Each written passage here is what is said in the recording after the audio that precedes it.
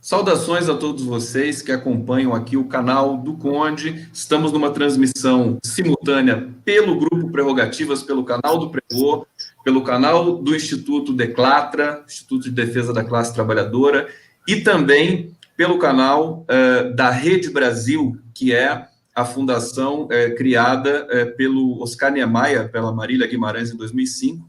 E estamos aqui numa transmissão conjunta, daqui a pouco eu vou dizer os outros parceiros, recebendo aqui Cristiano Zanin, a honra de receber o advogado Cristiano Zanin, e também Marco Aurélio de Carvalho, para a gente conversar aqui sobre os últimos acontecimentos desta cena conflagrada política, jurídica aqui no país, judiciário em vertigem, em grande medida. Vamos conversar, Cristiano vai falar, eu quero passar a palavra para o Cristiano, e dizer que é uma admiração muito grande que todos nós aqui, o coletivo que está aqui junto, tem por você, pelo seu trabalho, e hoje é a oportunidade, inclusive, do nosso coletivo aqui manifestar esse carinho, esse respeito por tudo que você tem representado para a democracia brasileira nesse momento. Cristiano Zanin, seja bem-vindo, querido. Conde, é um grande prazer estar aqui com você, hoje estar aqui com o Marco Aurélio de Carvalho, e, assim, eu tenho muito apreço, né, por vocês, muito apreço pelo seu trabalho, e obrigado por me convidar. Uma honra passar para o Marco Aurélio de Carvalho agora fazer suas considerações iniciais. Que felicidade ter você aqui também, Marco Aurélio, para a gente fazer para triangular essa conversa com o nosso querido Cristiano aqui. Tudo bom? Grande Conde, é realmente um prazer, uma alegria enorme estar aqui ao seu lado, né? Você que é um exemplo, né, para todos nós, e uma alegria especial, sobretudo, por estar também ao lado de um colega que é um exemplo para toda a classe de advogados, que é o colega Cristiano Zanin, alguém em quem nós depositamos integral confiança, alguém que tem demonstrado nos últimos muitos anos uma competência singular, um advogado extremamente preparado, extremamente qualificado, extremamente focado, e que a advocacia, através, enfim, desse seu canal, vai hoje, com certeza, oferecer um desagravo mais do que merecido e justificado, né? O Zanin, como eu disse, é realmente um exemplo e, mais do que isso, uma grande inspiração para a gente. Então, muito obrigado também pelo convite. Eu que agradeço. Marco Zanin, quer falar? Bom, queria agradecer muito as palavras do Marco Aurélio, né? Eu acho que não tenho como agradecer todo esse apoio e essas palavras generosas. Olha, essa entrevista vai ser histórica. Eu estou aqui, preparei um roteiro. Quero começar perguntando para o Cristiano Zanin justamente dessa inter-relação do Grupo Prerrogativas, que a mim me parece também uma das coisas mais espetaculares do ponto de vista de luta pela democracia no país, e da atuação do Cristiano Zanin. Me parece que, e o Marco confirma depois, o próprio Grupo Prerrogativas nasce dessa insatisfação, dessa indignação, com a pressão em cima da advocacia. E não é à toa que a palavra prerrogativas ecoou bastante nas suas entrevistas recentes e na argumentação em dizer que estão sendo violadas prerrogativas dos escritórios nesse momento, e já não é de hoje. Eu queria passar para o Cristiano Zanin para ilustrar um pouco, enquadrar um pouco essa situação de violação das prerrogativas do trabalho do advogado no país nesses últimos anos. Inclusive, o teu escritório não é a primeira vez que sofre esse tipo de assédio. Cristiano Zanin.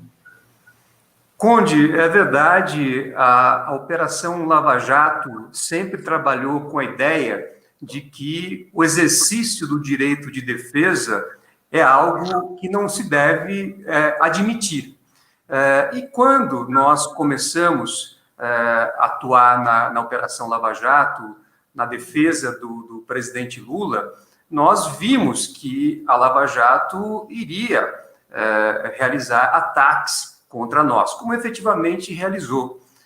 Tentou, de todas as formas, né, nos intimidar, tentou, enfim, fazer tudo o que era possível para que ou saíssemos da defesa do presidente Lula ou, eventualmente, mudássemos o rumo, aceitando as suas arbitrariedades, as suas ilegalidades. Nós tivemos, por exemplo, aquele episódio em que o juiz Moro, em 2016, autorizou o grampo do principal ramal do nosso escritório. Ele ficou 23 dias ouvindo as nossas conversas, as conversas entre os advogados e as minhas conversas com o presidente Lula, com o objetivo de se antecipar à estratégia de defesa, de saber aquilo que nós estávamos conversando, para que ele pudesse tomar as medidas, né, que frustrassem a defesa. Até porque, como nós vimos depois na Vaza Jato, ele comandava toda a acusação. Então, eu imagino que, a partir daquela iniciativa, eles tomaram diversas outras medidas para tentar frustrar aquilo que nós fazíamos. Então, ao longo do tempo, né, houve sucessivamente atos intimidatórios. Nós vimos também na Vaza Jato que o ex-juiz Moro determinava aos procuradores que solicitassem notas a diversas associações e entidades contra a defesa, contra os advogados do presidente Lula. Enfim, um papel incompatível com o devido processo legal, com o próprio Estado de Direito. E hoje, nessa semana, tivemos mais essa grande violência, que foi essa busca e apreensão no nosso escritório e também na minha casa, determinada pela Lava Jato, uma medida que é incompatível com as prerrogativas do advogado. Dentre as prerrogativas dos advogados está a inviolabilidade do escritório de advocacia e do material de trabalho do advogado. Isso é uma garantia fundamental para que o advogado possa exercer o seu trabalho com destemor e independência. Inclusive, a partir do ano passado, a violação a essas prerrogativas tornou-se crime. Então, é algo muito sério, mas também dentro de um contexto em que nós vínhamos obtendo sucessivas vitórias na defesa do presidente Lula, mostrando que a Lava Jato atua de forma ilegal e com objetivos políticos. E também, né, num momento em que nós temos a expectativa de que o Supremo venha a julgar a própria suspeição do ex-juiz Sérgio Moro e possa, eventualmente, se acolher o nosso pedido, anular os 3 processos abertos pela Lava Jato de Curitiba contra o presidente Lula e restabelecer os seus direitos, inclusive os seus direitos políticos. Então, é um cenário bastante eloquente, né, para mostrar essa motivação que levou a mais um ato de violência e de afronta às nossas prerrogativas profissionais. Perfeitamente, estamos ao vivo aqui pelo canal do Conde, pelo canal do Prerro, pelo canal do Instituto de Defesa da Classe Trabalhadora, o Declatra, pelo Rede Brasil, ao vivo, audiência fantástica aqui, Cristiano Zanin realmente trazendo aqui, agregando um grande interesse do nosso internauta. Vou passar para o Marco Aurélio de Carvalho para fazer a sua questão, sua intervenção aí nesse papo. Marco Aurélio.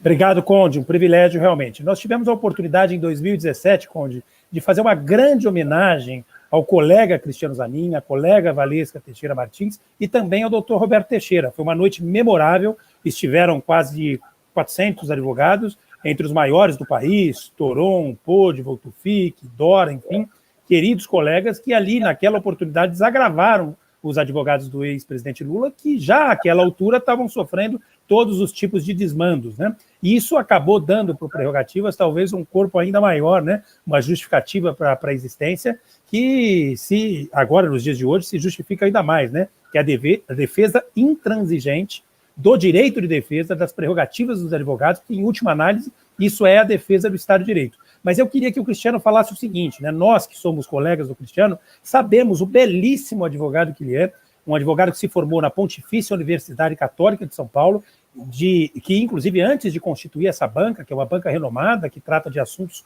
dos mais variados tipos e interesses, já também integrou um outro escritório de advocacia e que é admirado pelos colegas exatamente por ser um grande advogado, que tem sob a sua responsabilidade causas muito complexas, né?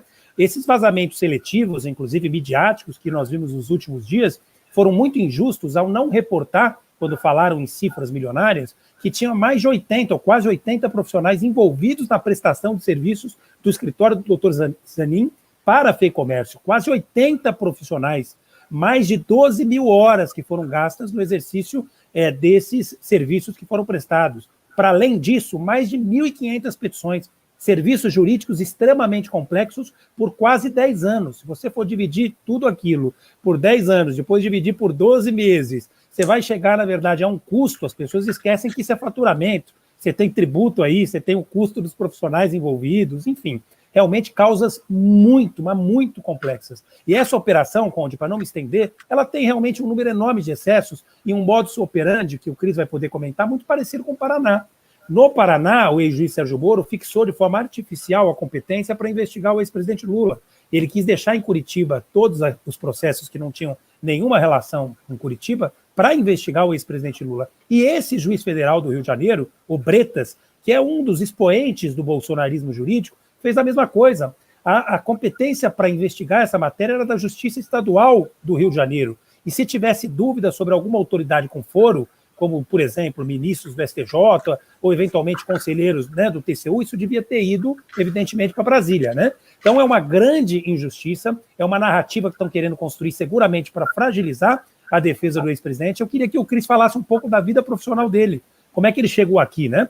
Que é um advogado renomado, né, responsável por causas complexas, enfim. Falei demais, mas é uma oportunidade também de desagravar e de falar algumas coisas que precisam ser ditas, né? Muito obrigado, Marco, muito obrigado. Fico muito honrado e feliz com as suas palavras.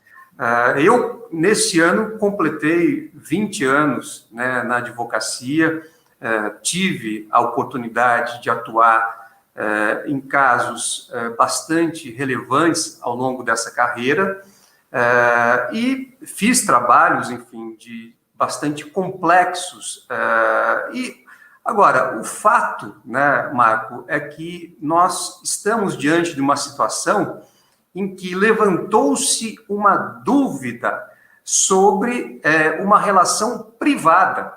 É importante esclarecer, primeiro, que a Federação do Comércio do Rio de Janeiro, que está aí no centro, né, dessa operação, é uma entidade privada, é uma entidade que congrega os interesses de empresários do setor de serviços, do comércio de bens e serviços do Rio de Janeiro. São cerca de 326 mil estabelecimentos empresariais, e essa entidade representa empresários. Então, é uma entidade privada que fez contrato com o nosso escritório para a prestação de serviços advocatícios. Então, primeiro, não cabe qualquer tipo de análise de autoridades, e muito menos da Lava Jato, sobre uma relação privada, uma contratação privada. Mas vamos admitir que a Lava Jato pudesse fazer algum questionamento. Ora, era só perguntar ao escritório: vocês prestaram os serviços que foram contratados?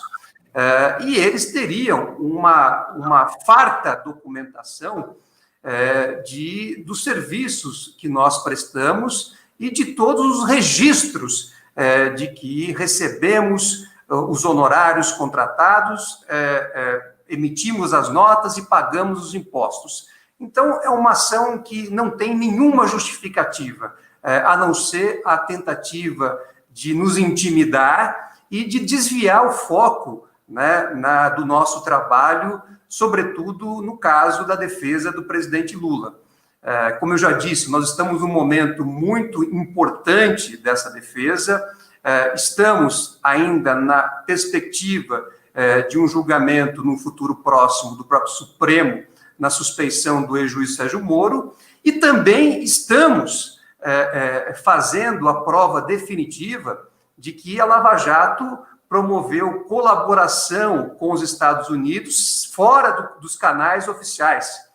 Inclusive, também obtivemos no STJ uma decisão que obriga o Ministério da Justiça a abrir essa informação. Então, são muitos fatos relevantes, é um contexto importante, e não foi à toa que isso aconteceu nesse momento.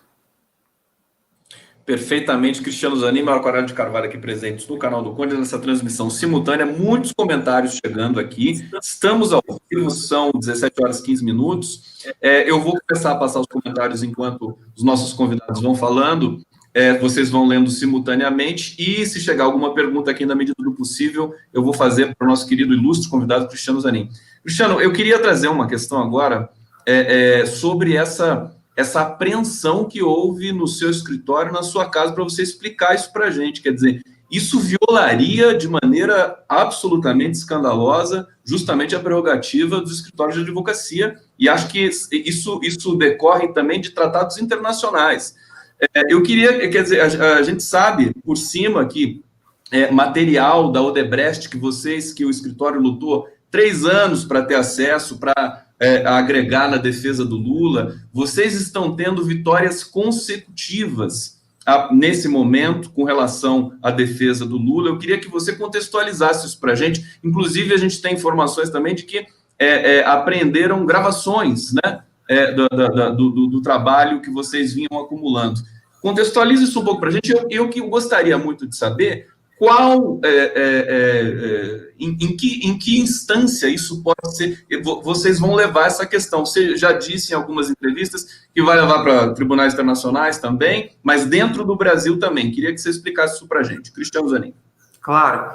Conde, realmente um dos documentos que foram apreendidos foi uma cópia das gravações, das interceptações ilegais que o então juiz Sérgio Moro havia feito no principal ramal do nosso escritório para ouvir as nossas conversas e as minhas conversas com o presidente Lula. Evidentemente que houve, por parte dos tribunais, o reconhecimento de que essa interceptação era ilegal. E os tribunais mandaram a Lava Jato destruir essas gravações, porque elas jamais poderiam ter ocorrido. E antes de destruir, eles nos deram uma cópia desse material. E nós tínhamos essa cópia, né, mantida, preservada, e a Lava Jato levou esse material. E veja que interessante, principalmente nos foros internacionais, a Lava Jato foi muito questionada por ter feito esse grampo no nosso escritório, por ter monitorado estratégia de defesa, porque isso é uma coisa inaceitável, isso viola garantias básicas, né, do direito de defesa. E a Lava Jato é muito questionada. E os seus membros chegaram a mentir no exterior, dizendo que não teria acontecido esse grampo no nosso escritório. Nós fizemos o desmentido e, inclusive, chegamos a dizer, por exemplo, na Universidade de Harvard, que se houvesse a insistência da Lava Jato em contar essa mentira, nós poderíamos até divulgar as conversas que eles grampearam. Então, eu vejo isso, né, nesse contexto que nós temos que analisar essa apreensão. Para além disso, evidentemente que nós estamos num momento muito importante, como eu já disse, da defesa do presidente Lula. Tivemos no Supremo, recentemente, uma vitória reconhecendo que o juiz Moro, quando anexou a delação do Palocci aos processos do presidente Lula na véspera das eleições presidenciais de 2018, agiu de forma ilegal e com motivação política. Também tivemos outra vitória quando o Supremo reconheceu que nós tínhamos o direito de ter acesso ao acordo de leniência da Odebrecht. E lá nós temos a expectativa de encontrar muitas ilegalidades. Também tivemos essa vitória no STJ, quando foi determinado que o Ministério da Justiça esclareça a forma de cooperação internacional que houve entre a Lava Jato e autoridades norte-americanas. Então, tudo isso, esse material todo, quer dizer, evidentemente que ele está no foco da Lava Jato, que não quer perder, né, a sua narrativa. A verdade é que a Lava Jato empunhou a bandeira do combate à corrupção, mas, na verdade, ela sempre agiu como um instrumento de perseguição contra alvos pré-determinados, pré-estabelecidos, com objetivos políticos e também comerciais e geopolíticos. E tudo isso vem ficando claro, né, ao longo do tempo. Então, não é à toa, né, esse ataque que ocorreu a nós e ao nosso escritório. O timing preciso, né? Depois eu vou voltar a esse tema, inclusive a questão do pronunciamento do ex-presidente Lula, passando para o Marco Aurélio de Carvalho, mais uma vez, querido Mac. Obrigado, Conde. Olha, é importante fazer um registro também. Essa operação, realmente, assim como quase todas da Força Tarefa, foi uma operação com cunho indiscutivelmente midiático, para atingir, evidentemente, os colegas advogados, mas atingindo a advocacia, atinge-se o direito de defesa, e, em especial, o ex-presidente Lula, num momento determinante dos processos, enfim, que estão sendo julgados, e em breve, um em especial no Supremo. Mas tem um aspecto, Conde, que é muito importante a gente registrar aqui. Veja, geralmente, as buscas e apreensões, o Cristiano, que é um querido colega, extremamente competente, sabe muito bem disso, elas antecedem o oferecimento da denúncia e, portanto, a aceitação da denúncia, né? Olha que coisa maluca. No mesmo dia em que eles fizeram um número enorme de, digamos, espetaculares e desnecessárias buscas e apreensões na casa e nos escritórios de, enfim, advocacia, eles receberam essa denúncia. Ora, se eles já tinham elementos suficientes para receber uma denúncia, eles não precisavam ter feito a busca e apreensão.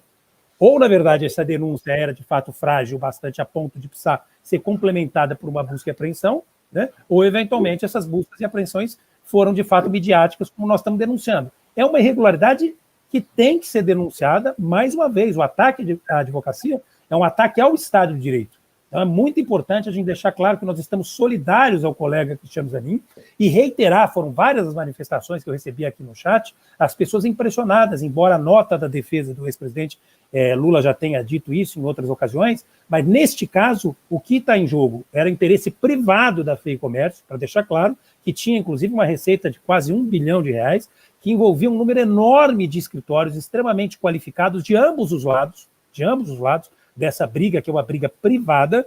O doutor Zanin, com uma equipe muito competente de quase 80 advogados, veja só, é um número enorme de colegas, produziu mais de 12 mil horas de prestação de serviços já comprovadas, e é importante dizer que este trabalho todo já foi auditado por uma auditoria independente, que inclusive confirmou que o serviço foi prestado.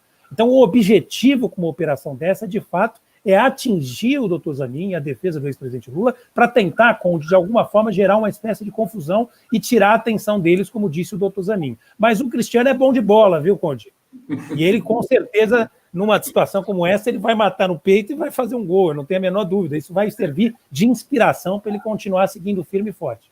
Mas é só uma observação, não é uma pergunta, né? Pegando carona, então, na fala do Marco Aurélio de Carvalho, eu queria trazer essa questão, quer dizer, do timing dessa operação, né? A gente vê o Dallagnol bastante, quase execrado, né, pelos pares, pelos seus próprios pares. A gente vê o Sérgio Moro numa situação também, virou isso tudo, né, Cristiano, nesses últimos, né, junto com o governo Bolsonaro, pandemia, tudo misturado, isso deu uma virada, vocês vêm obtendo várias vitórias, e agora aparece essa operação também logo depois, enfim, essa questão de busca e apreensão, logo depois de um pronunciamento do ex-presidente Lula que foi muito contundente e que só está começando a repercutir. A verdade é essa, foi um pronunciamento mais longo e ele repercute no mundo todo nesse momento, já foi traduzido para várias línguas e tudo mais. Eu queria que você comentasse isso, quer dizer, esse timing, pegando aí carona nas observações do Marco Aurélio, vocês já estão acostumados com isso e me impressiona muito, Cristiano, a tua tranquilidade diante de tudo isso. Quer dizer, eles talvez achassem que o escritório pudesse hesitar num momento como esse, mas foi exatamente o contrário. Comenta para a gente esse quadro, por favor. Conde, a nossa tranquilidade, ela advém daquilo que nós conseguimos mostrar sobre o caráter absolutamente ilegítimo dessa operação. Né? Como eu já disse aqui, se havia algum questionamento sobre a prestação de serviços, era só fazer a pergunta e nós iríamos mostrar que até mesmo uma auditoria independente já constatou, o nosso escritório tem um sistema de controle muito, muito detalhado. Então, nós levantamos, junto com essa auditoria independente, como já disse aqui o Marco Aurélio, que só para esse cliente nós prestamos 12 mil horas de trabalho divididas em 77 profissionais do escritório, além dos sócios. E foram produzidas mais de 1.400 peças. Então, tudo isso está fartamente documentado e já passou até por uma auditoria independente, que verificou, primeiro, a existência dos contratos firmados entre as partes, segundo, o cumprimento desses contratos, terceiro, a regularidade, né, do recebimento dos honorários, a contabilização, o pagamento de impostos e também a inexistência de qualquer saque ou qualquer direcionamento dos valores recebidos a título de honorários. Então, está tudo isso constatado até mesmo por uma auditoria independente. Por isso que nós temos muita tranquilidade, por isso que eu posso afirmar aqui que houve uma grosseira violação às nossas prerrogativas e que essa conduta, em tese, pode até mesmo configurar crime. Agora, eu chamo a atenção, Conde e Marco Aurélio, que enquanto fizeram essa busca e apreensão no meu escritório, sem nenhum elemento, na Lava Jato apareceram alguns episódios relevantes que supostamente envolviam pagamentos a membros da própria Lava Jato.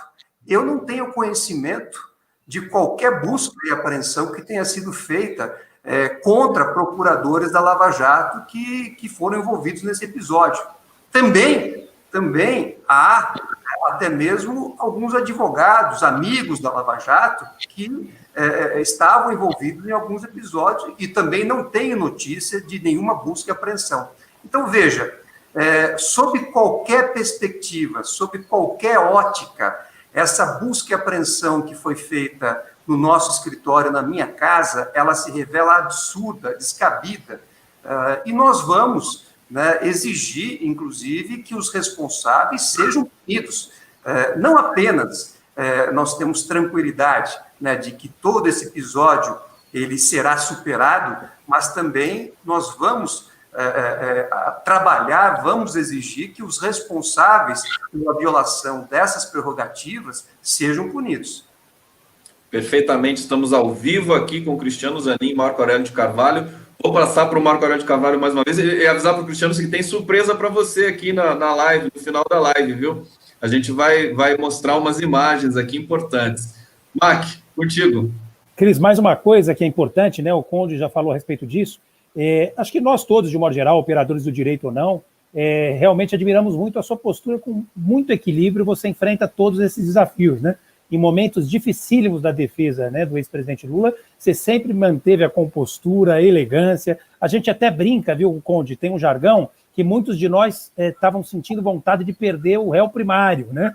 Em situações que o Cristiano, na verdade, enfrentou, sempre de forma muito equilibrada, de forma muito elegante, como você tem enfrentado, inclusive, essa questão. Mas foi importante, Conde, esse espaço que você está dando, que realmente, veja, que é preciso dizer, e aqui eu quero reiterar, trata-se de interesses privados, de casos extremamente complexos, que envolvem dos dois lados equipes muito competentes de advogados, e veja, só no caso do Cristiano Zanin, como ele disse, quase 80 profissionais. Então, eu imagino que isso já esteja, digamos, quase que superado, né? Agora, as irregularidades, elas precisam ser denunciadas. Então, Cris, eu não sei se eventualmente vocês pensaram em levar esse juiz ao CNJ por conta da usurpação da competência, da forma como ele, enfim, conduziu essa questão. Nós sabemos que essa matéria jamais poderia ser conduzida por ele, já tem julgados no Supremo Tribunal Federal, em 2 ou 3 ações, salvo melhor juízo, que a competência para questões relacionadas a fé e comércio deveria ser a competência estadual, se envolvesse eventualmente a autoridade com foro, deveria ir para Brasília, né? E o modus operandi dessa turma é diferente, né? Conde, veja que no caso do procurador envolvido, né, naquela denúncia, numa delação, eles mandaram direto para o PGR. não fizeram busca e apreensão, não fizeram absolutamente nada, como falou o Cris. Então, essa mudança, né, evidentemente, de posturas, esse modus operandi que eles têm para atacar alguns e para poupar outros, nós já sabíamos, enfim, como funcionava. Mas vocês pretendem fazer alguma coisa? Porque a advocacia, de um modo geral, reagiu. Foram várias as entidades que soltaram notas em apoio a vocês, em desagravo a vocês. O Conselho Federal da Ordem está atento, as ordens, enfim, do Rio de Janeiro, de São Paulo, o Sindicato dos Advogados de São Paulo, o Grupo Prerrogativas, mas você vai levar, enfim, essa postura ao CNJ para ser examinada, eventualmente ao CNMP também, por conta de algumas medidas dos procuradores? O que você está pensando em relação a isso? Olha, Marco, como eu disse no início, eu vejo nessa ação várias arbitrariedades, várias ilegalidades. Você violar, né, um escritório, violar o material de trabalho do advogado, isso é muito grave. Eu tenho acompanhado, né, as manifestações de diversas entidades, inclusive do Prerrogativas, que eu agradeço aqui, né, publicamente, a nota que foi emitida, assim como outros pronunciamentos, né, e estão várias entidades, né, estão mais uma vez chocadas, perplexas com o grau de abuso que a Lava Jato continua a atuar. Então, nós recebemos todas essas manifestações de solidariedade, né, muito importantes, né, para nós, e estamos estudando, claro, né, o que fazer daqui para frente, porque me parece um episódio muito grave para que não haja nenhum tipo de iniciativa. Nós, como advogados, por exemplo, na defesa do presidente Lula, nós levamos aos órgãos correcionais diversas ilegalidades e diversos abusos praticados pela Lava Jato. Por exemplo, aquele episódio do PowerPoint, né, do procurador Deltan Dallagnol, foi levado ao Conselho Nacional do Ministério Público em 2016.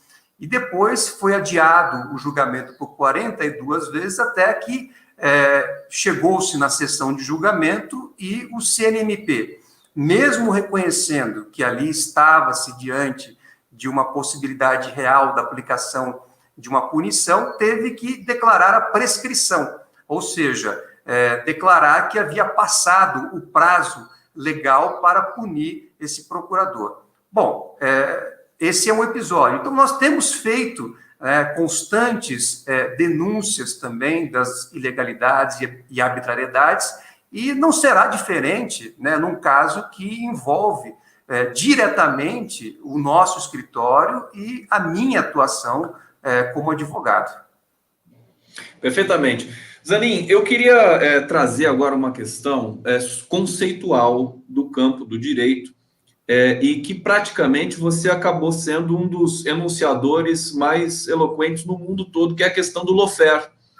Antes dessa Operação Lava Jato do Brasil, o lawfare era um conceito um pouco difuso, ainda não tão bem estabelecido na literatura. E após isso, quer dizer, você já publicou um livro sobre isso. Eu queria que você falasse um pouco dessa experiência de estabelecer um novo conceito, digamos, com a robustez que lhe cabe, que é o lawfare, e do qual agora você também está sendo vítima, né, de um certo sentido, porque esse assédio, quer dizer, que ocorreu nesses últimos dias aí, foi algo realmente que chocou muito a todos nós aí que estamos tentando recosturar o tecido democrático no país. Zanin, por favor.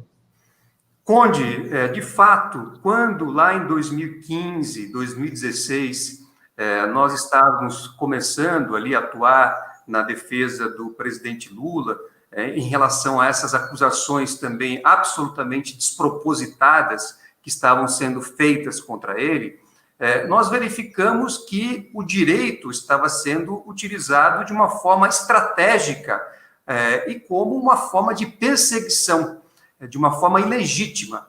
E junto com essa conduta, nós também víamos a atuação de alguns setores da imprensa e outras formas que promoviam verdadeiras campanhas para simultaneamente tentar neutralizar pelo menos essa visão clara do uso indevido das leis. Então, de um lado, havia esse uso ilícito, arbitrário, né, do conjunto normativo, e, de outro lado, havia uma verdadeira campanha que buscava normalizar, buscava tornar aceitável esse abuso. Então, nós fomos estudar, né, para ver se havia algo já descrito na literatura sobre uma situação como essa. E nos deparamos, nos Estados Unidos, com o conceito de lawfare. Só que esse conceito, lá nos Estados Unidos, estava sendo utilizado no âmbito acadêmico-militar.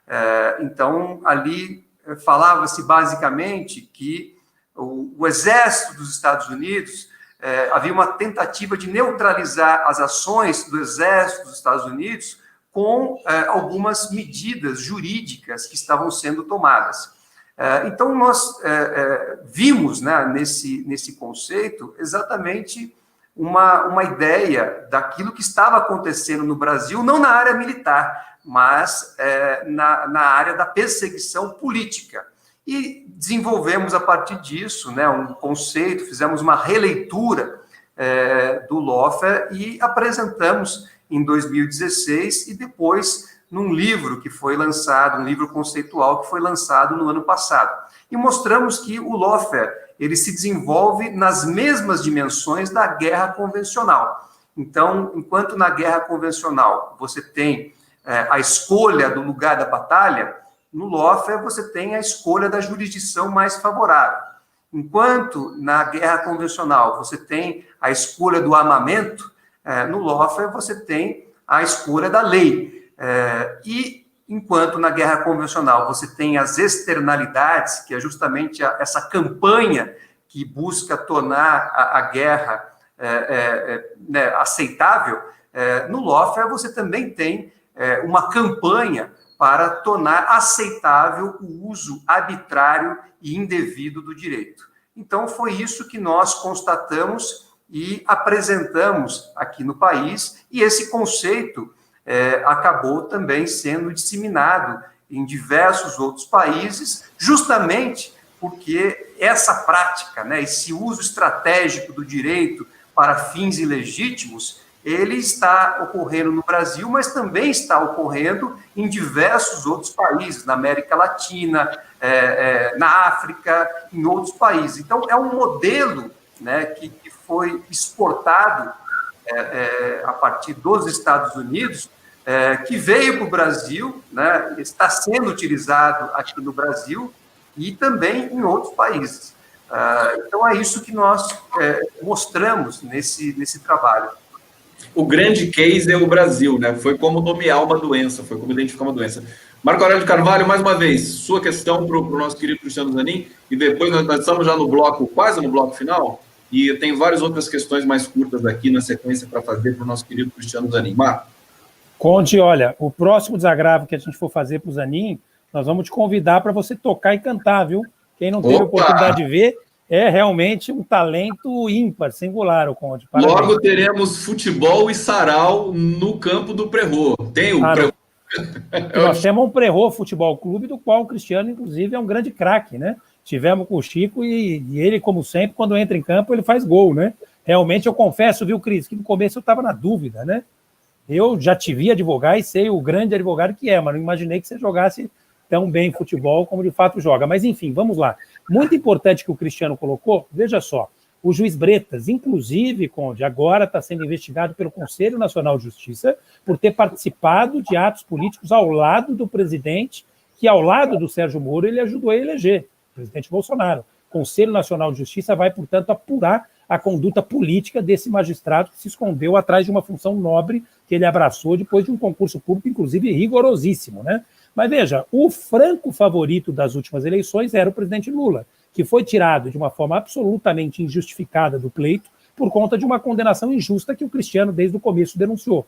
Uma série de absurdos vieram a público depois do episódio da Vaza Jato, mas o Cristiano, a Valesca e a competente equipe da defesa do ex-presidente sempre foram, digamos, bastante corajosos ao fazer estas denúncias, né? Então, atingir o coração da defesa do ex-presidente Lula seguramente já deve ser um dos objetivos das eleições de 22, por um motivo simples, Conde. Nós estamos próximos de um julgamento importantíssimo, em que a parcialidade do ex-juiz Sérgio Moro vai ser confirmada, eu quero crer que será, porque se não for, nenhum juiz no país vai poder ser considerado parcial, e a consequência natural é a devolução dos direitos políticos do ex-presidente Lula. E o Bretas é um aliado de primeira hora do Bolsonaro, está sendo julgado por isso. Portanto, o principal adversário do Bolsonaro vai ser, se Deus quiser, essa é a nossa vontade, o ex-presidente Lula. Cris, você faz uma relação dessas coisas?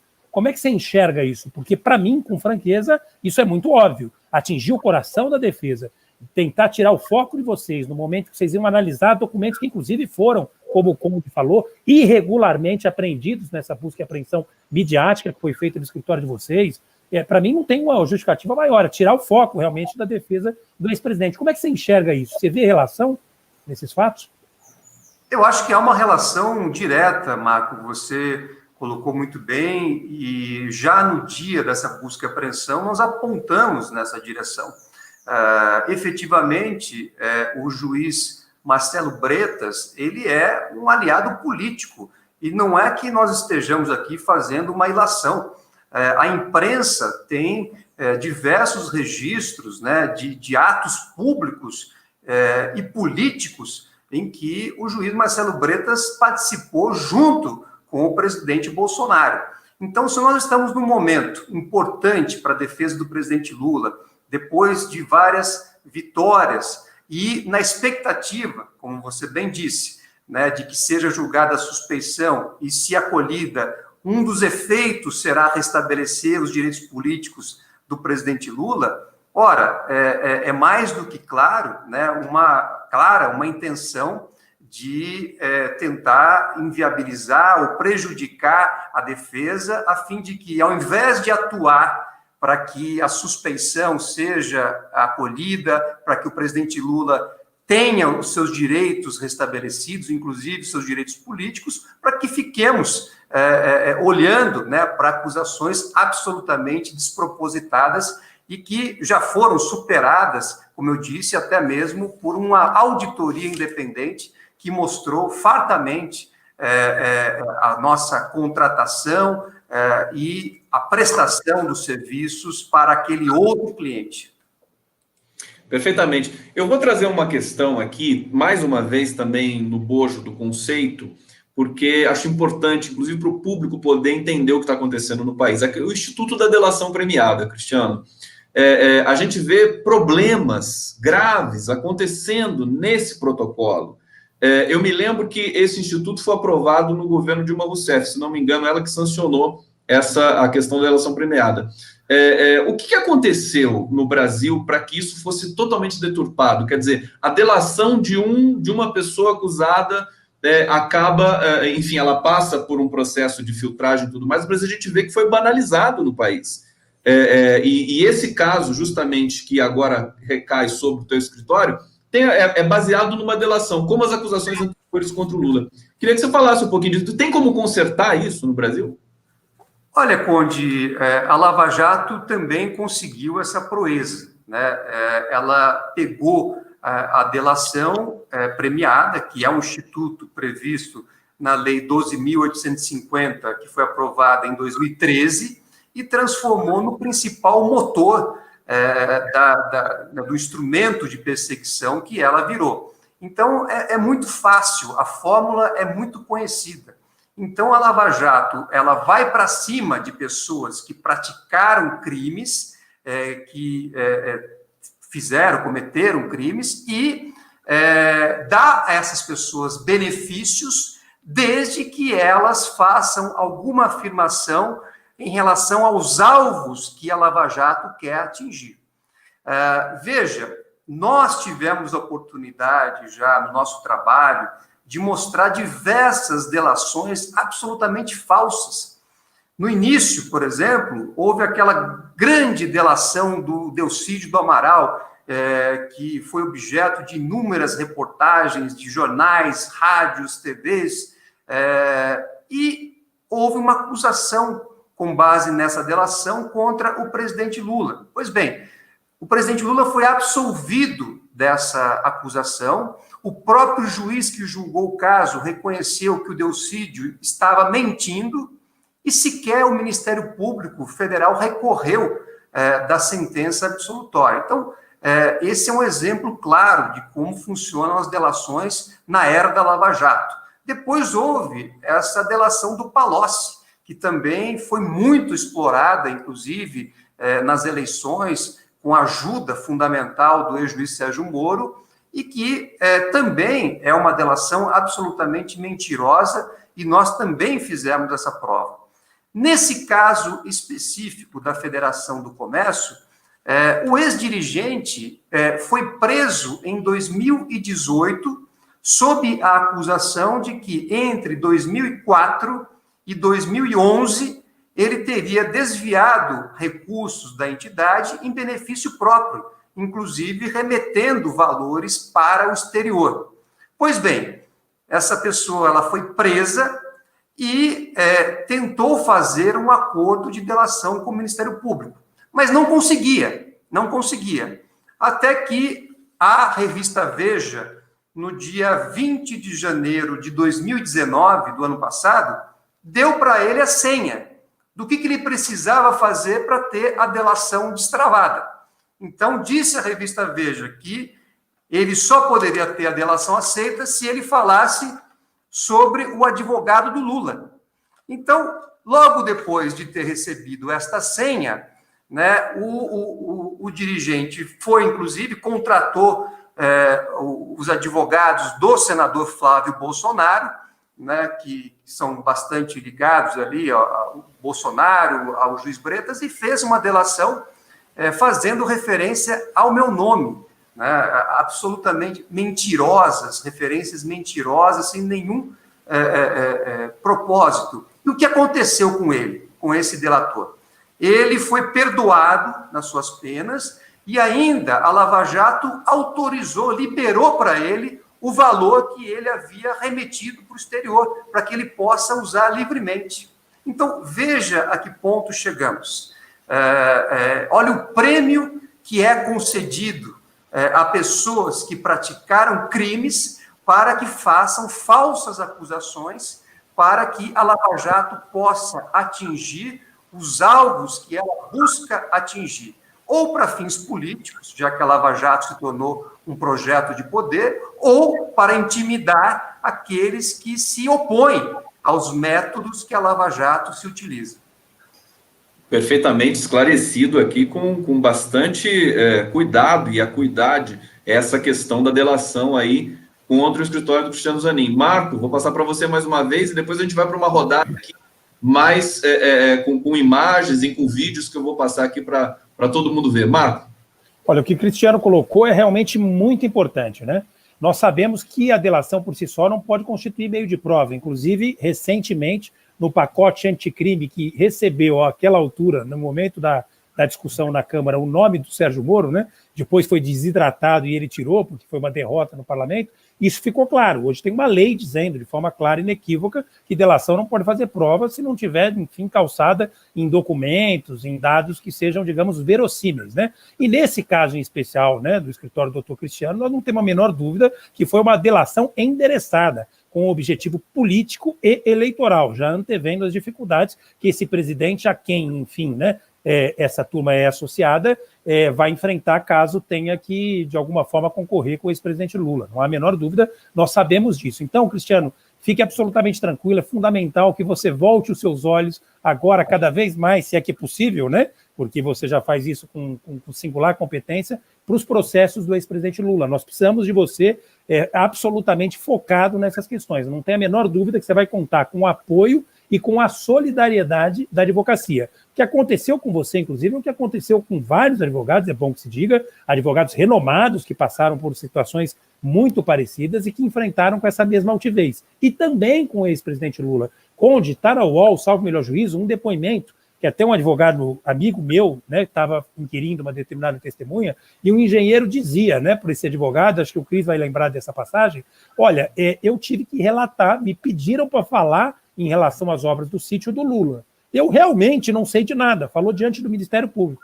Aí o advogado perguntou, mas como você não sabe de nada? Ele falou, doutor, o senhor me desculpa, mas o senhor sabe como são fabricadas essas delações. Isso está na UOL, salvo o melhor juízo, né, o Cris pode dar, inclusive, as coordenadas. Ele falou, olha, me pediram, o procurador falou, olha, se para ter o benefício, você precisa dizer isso. E eu fui lá e disse, eu não tinha muita alternativa. Então, nós sabemos bem, o que o Cris falou é muito grave, Conde. Várias revelações esclarecedoras foram feitas nessa live. Primeiro que esses serviços, que são altamente complexos, já passaram por auditoria, foram prestados com quase 80 profissionais, em quase 10 anos, com um volume enorme de documentos, com faturamento que se justifica nesses quase 10 anos, com o envolvimento de um número enorme de pessoas, e agora, com isso que ele acabou de recordar, pediram para esse delator colocar o nome do advogado do ex-presidente Lula. É importante que isso seja dito. O Cris lembra dessa passagem, né, do sítio do ex-presidente, numa situação muito similar, né? Então não é nenhuma pergunta, porque a gente já está chegando ao final, mas era mais para reiterar isso novamente. Acho que o Cris pode falar dessa delação, né? É a fórmula, né, que nós vimos e denunciamos há muito tempo. A Lava Jato fez disso, né, um instrumento realmente de perseguição, de verdadeira extorsão. Então, aqueles que praticaram efetivamente crime estão em casa, estão com os seus valores disponíveis, porque fizeram um papel fundamental, que era fazer referência a nomes, a pessoas que a Lava Jato queria atingir.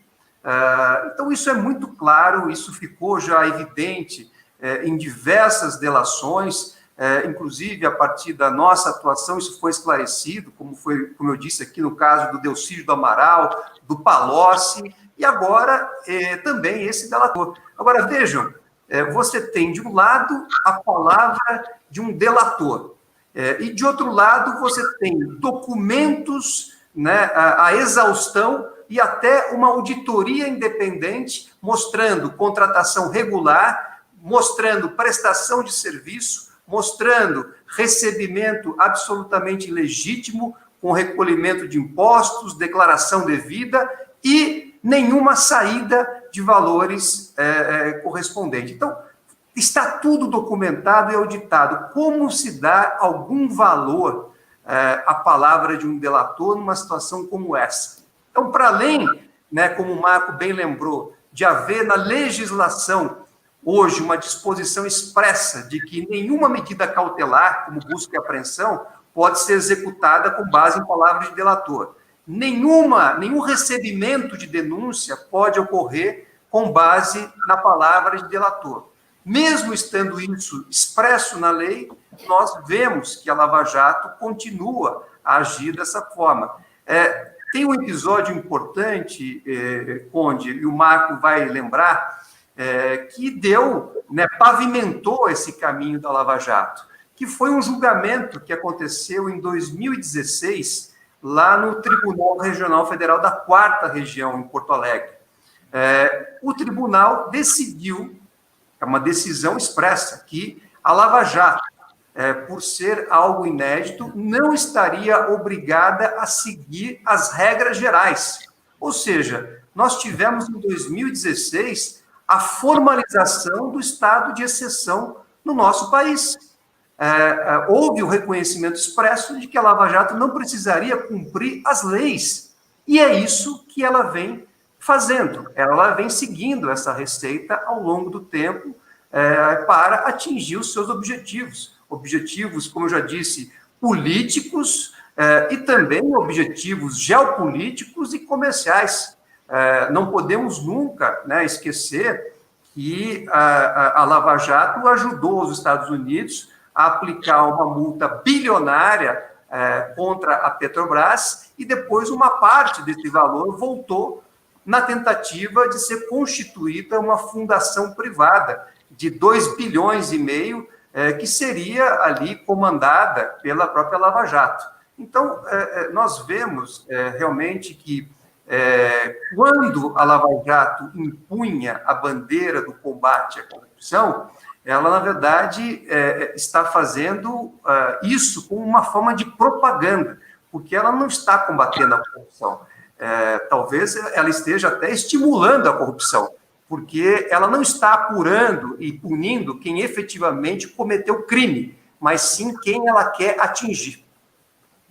Perfeitamente. Eu até estou me lembrando aqui da entrevista que eu fiz com a juíza Kenarik Bojiquian, e ela menciona a pesquisa da FGV sobre a credibilidade do judiciário brasileiro, que de 2013 a 2017 tinha caído 10%, estava em 24%, e a FGV vai soltar uma pesquisa agora, que a gente ainda não tem, que vai trazer mais um dado desse. Quer dizer, então, a gente vê, inclusive nesse episódio, Cristiano, Marco, esse episódio específico dessa delação, desse assédio do Bretas, aí nesse processo da criminalização da advocacia, a gente percebe que tem uma questão de ordem direta, quer dizer, evocando uma questão política, no timing da eleição, no timing no pronunciamento, num timing de uma sequência de vitórias do escritório, quer dizer, que o Lula vem, a defesa do Lula e o próprio Lula vem conquistando nesse período. A gente percebe a Lava Jato acuada também,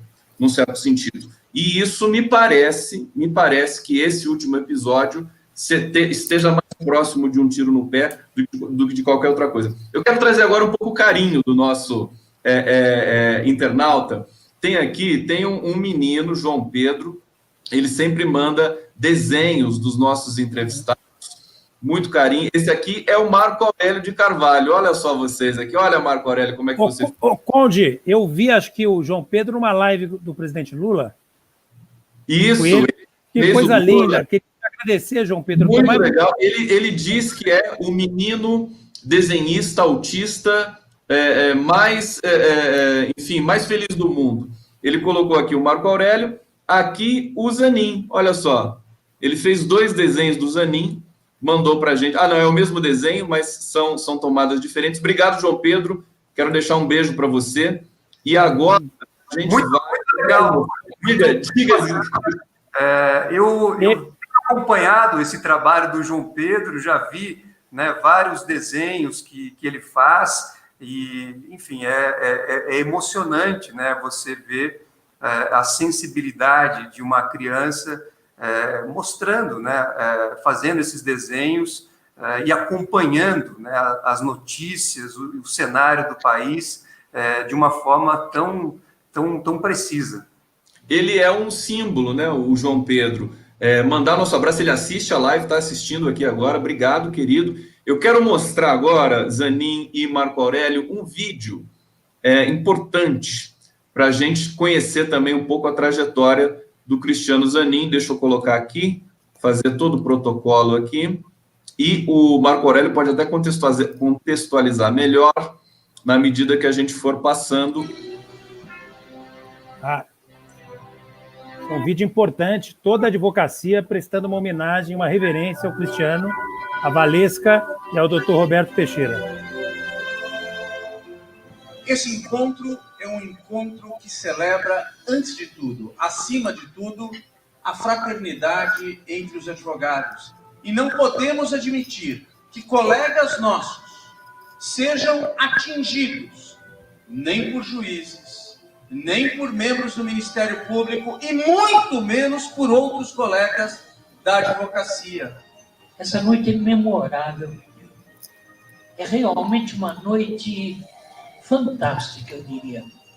Simplesmente expressa o que há de mais genuíno no advogado, que é o amor, o respeito àqueles que cumprem a sua função excelentemente.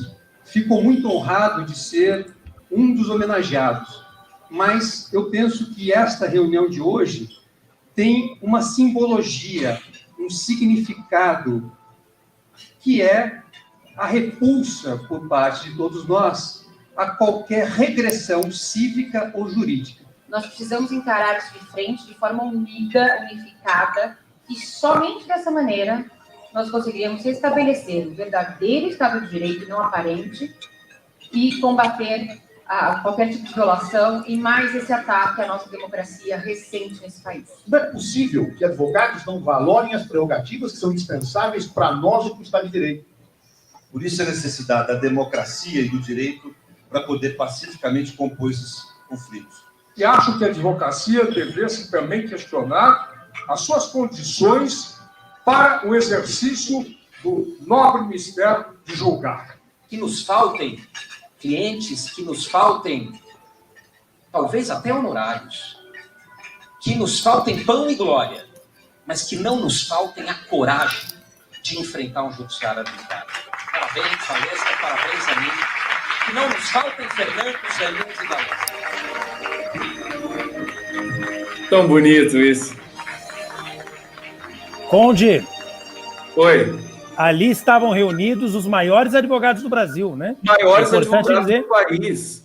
Celso Antônio Bandeira de Mello, Pedro Serrano, Fábio Tufik, Alberto Zacarias Toron. Então, nós tínhamos lá realmente uma advocacia combativa e altiva, prestando reverências e homenagens ao Cristiano, a Valesca e a equipe, né? Isso demonstra todo o respeito que toda a comunidade brasileira tem pelo Cristiano. Vou deixar o Cristiano falar agora sobre isso, né, Greg? É emocionante, né, Cristiano? Esse vídeo cabe bem hoje também, né?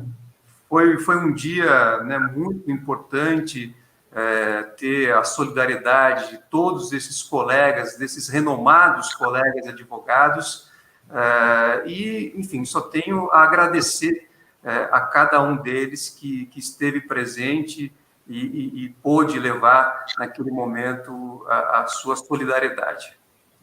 Ô, Cristiano e Marco, agora eu quero mostrar aqui o seguinte, as fotos do craque Cristiano Zanin.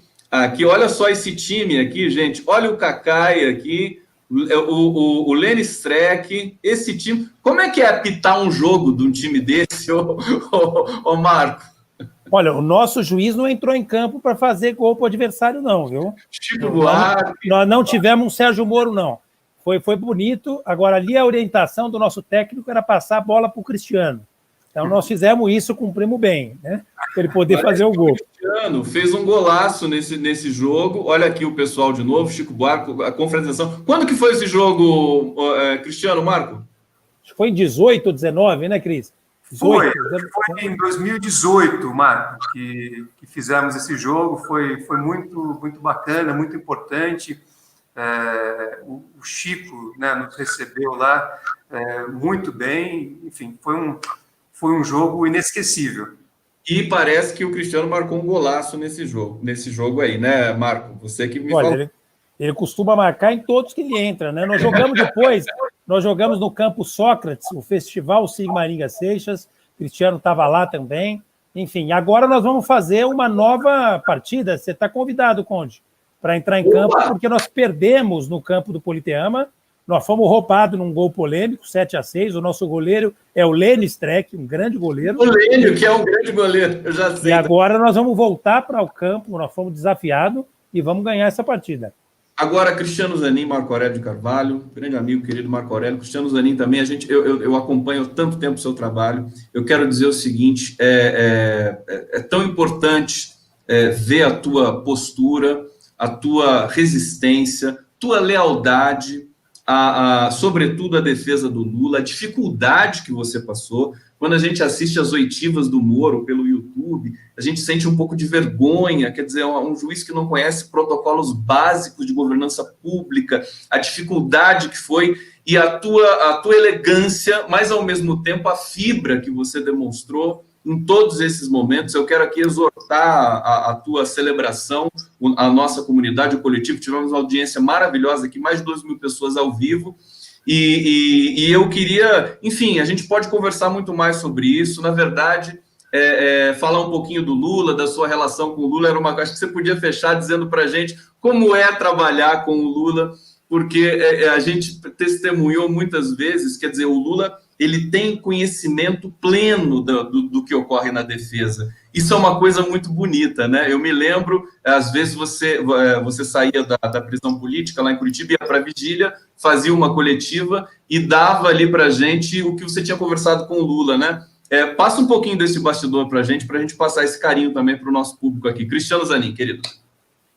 Conde, olha, é uma honra, um privilégio, né, poder atuar na defesa do presidente Lula. É claro que nós não gostaríamos que ele precisasse, até porque ele não precisaria de qualquer defesa, porque não praticou nenhum crime. Mas, diante dessa perseguição, desse lawfare que vem sendo praticado contra ele desde 2015, para nós é um privilégio poder estar atuando na defesa de uma pessoa com essa importância, não só aqui no Brasil, mas no mundo todo. Eu, Valesca, tivemos a oportunidade de viajar em diversos países, conversar com juristas sobre o caso do presidente Lula e vimos, né, o respeito e o reconhecimento que existe por todo o trabalho feito pelo presidente Lula durante o seu governo e na sua vida, na sua trajetória de vida. Então, eu me sinto, né, muito honrado com isso e tento sempre fazer o melhor para que essas acusações descabidas sejam afastadas e para que seja, né, bastante visível os abusos e ilegalidades que estão sendo cometidas contra o presidente Lula. E espero, né, que no futuro próximo tenhamos, né, uma solução, se não definitiva, mas pelo menos o restabelecimento dos direitos dele, e para que tudo isso termine. Nós tivemos, até agora, até o presente momento, acho que é importante destacar, todas as ações penais que foram abertas contra o presidente Lula, né, naquela onda que a Lava Jato criou, foram ou julgadas improcedentes ou sumariamente arquivadas. Ele foi absolvido em todas elas ou as ações foram arquivadas. Isso só não aconteceu em relação às ações da Lava Jato de Curitiba, porque eram condenações pré-definidas, pré-estabelecidas e que visavam tirar o presidente Lula das eleições de 2018 e agora, possivelmente, eles querem também tirá-lo das eleições, se ele quiser, evidentemente, de 2022. Então, seguimos, né, no nosso trabalho, sobretudo na defesa do presidente Lula, com muita força, com muita dedicação, e não vamos deixar, de forma alguma, que a Lava Jato tire o nosso foco. O nosso foco continua sendo nos nossos casos, no nosso trabalho e na defesa do presidente Lula, para que possamos alcançar objetivos ainda maiores, notadamente o restabelecimento dos seus direitos plenos, inclusive dos seus direitos políticos. Estou me sentindo emocionado, honrado e muito feliz de receber o Cristiano Zanin aqui nesse conjunto de transmissões, prerrogativas, Declatra, Canal do Conde, Rede Brasil. Marco Aurélio de Carvalho, muitíssimo obrigado, querido. Passar para você se despedir da galera aqui, que a gente já está encerrando a nossa transmissão. Marco. Conde, muitíssimo obrigado. Realmente eu tenho que agradecer. É um privilégio enorme estar aqui, viu? Você é uma pessoa muito querida por toda a galera do Prerrogativas. E, Cris, como já disse um grande vozeiro da advocacia, a advocacia definitivamente não é uma profissão para covardes, né? Você sabe disso. Então, toda a força do mundo, receba o meu abraço caloroso, um abraço virtual, a minha admiração irrestrita, incontida, pela competência que você tem demonstrado, pelo teu comprometimento com a defesa. Nós estamos ao seu lado, estamos absolutamente tranquilos, assim como você, sabemos do que se trata isso, que está por trás disso tudo, cabeça erguida, como você sempre, enfim, né, teve, vai continuar tendo, não há a menor dúvida. Você tem motivo, enfim, de ter muito orgulho por tudo que você fez e ainda vai fazer pela advocacia e pelo país. Então, parabéns pelo seu trabalho. Obrigado, Conde. Essa live realmente é histórica. Que bom que, mais uma vez, a gente está do lado certo da história, né? Estamos juntos sempre. Muito bom. Cristiano, querido, obrigado. O público aqui adorou a tua presença. Muitas mensagens de carinho. Depois eu vou encaminhar para você e vou encaminhar os desenhos também para vocês na sequência aqui. Obrigado. Muito obrigado, Conde. Muito obrigado, Marco. Foi um prazer bater esse papo com vocês aqui. Muito obrigado por tudo. Valeu. Encerrando aqui. Muito bom.